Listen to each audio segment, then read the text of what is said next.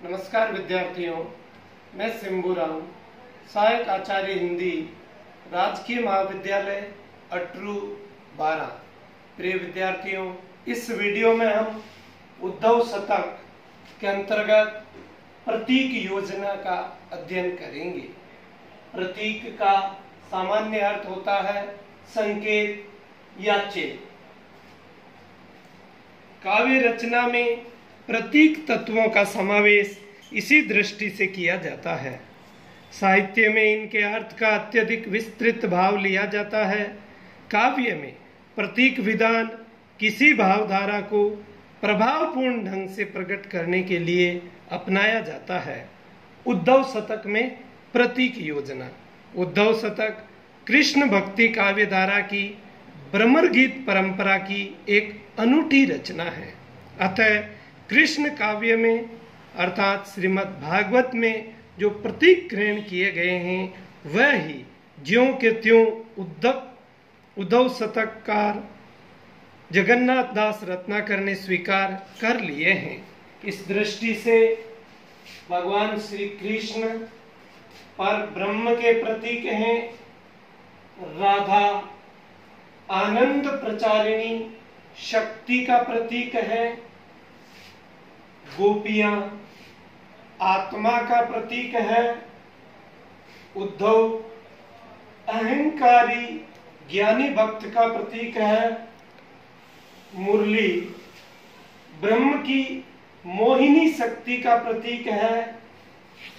भ्रमर रस लोलुप चंचल व स्वार्थी वृत्ति का प्रतीक है। अब हम इन सभी बिंदुओं का विस्तार से एक एक प्रतीक का अध्ययन करते हैं। श्री कृष्ण का स्वरूप। श्री कृष्ण पर ब्रह्म के प्रतीक हैं। लौकिक दृष्टि से भगवान श्री कृष्ण वासुदेव के पुत्र हैं, जिनका पालन पोषण नंद और यशोदा द्वारा किया गया। अन्य बालकों की भांति श्री कृष्ण बाल सुलभ क्रीड़ाओं में रुचि रखते हैं और श्रृंगारी भावनाओं को व्यक्त करते हैं। इन सभी कारणों से वह गोपियों के हृदय के अधीश्वर भी बन जाते हैं।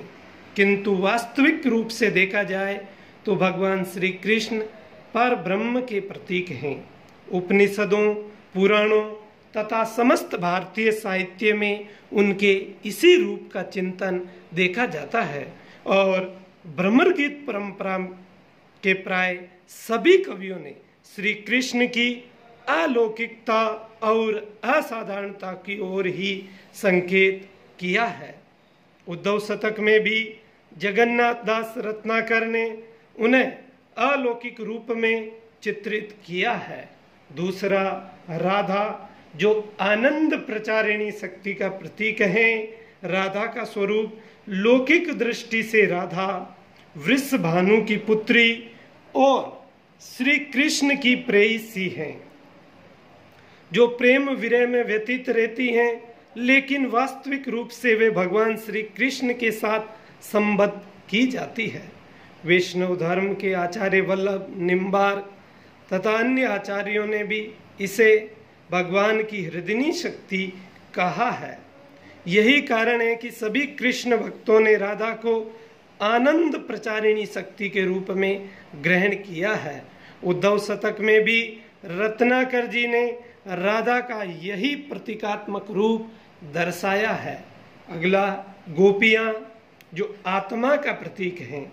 समस्त कृष्ण काव्यों में गोपियों को श्री कृष्ण की प्रेमिका के रूप में चित्रित किया गया है, किंतु जिस प्रकार श्री कृष्ण का प्रतीकार्थ पर ब्रह्म है, उसी प्रकार गोपियों को भी प्रतीकार्थ रूप में आनंद आत्मा के प्रतीक के रूप में स्वीकार किया गया है।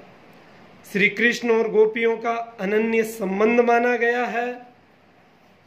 दूसरे शब्दों में हम ये कह सकते हैं कि श्री कृष्ण ब्रह्मा के प्रतीक हैं, तो गोपियां उन पर ब्रह्म की आत्मा का प्रतीक हैं। अगला, उद्धव जो अहंकारी ज्ञानी भक्त का प्रतीक हैं। भागवत में भी उद्धव का उल्लेख जिस रूप में मिलता है उससे उसकी किसी प्रतीकात्मक अर्थ की योजना प्रतीत नहीं होती है। वहां तो उद्धव को कृष्ण का सखा, मंत्री, निर्गुण ब्रह्म के उपासक और ज्ञानी भक्त बताया गया है। उद्धव का सर्वप्रथम प्रतीक रूप में प्रयोग सूर सागर में दिखाई देता है, जहां उन्हें अहंकारी ज्ञानी भक्त के रूप में चित्रित किया गया है। उद्धव शतक में भी उद्धव का यही रूप ग्रहण किया गया है। वह गोपियों के समक्ष उपस्थित होकर निर्गुण ब्रह्म तथा योग साधना का उन्हें पाठ पढ़ाते हैं और गोपियां उन्हें अहंकार को खंडित कर देती है। अगला मुरली, जो ब्रह्म की मोहिनी शक्ति का प्रतीक है,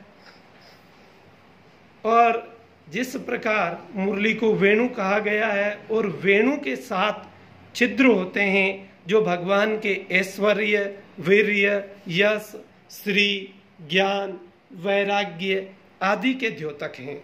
कृष्ण भक्त कवियों के अनुसार ही मुरली के प्रभाव का वर्णन किया गया है और उसको ब्रह्म की मोहिनी शक्ति के प्रतीक के रूप में वर्णित किया है।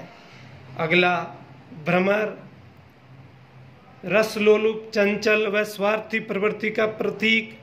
श्रीमद् भागवत में जब गोपियां उद्धव को देखती हैं तभी उनके सामने एक भ्रमर उड़कर मंडराने लगता है, अतः वह उस भ्रमर को संबोधित कर उद्धव को सुनाती है और प्रश्नोत्तर करती है।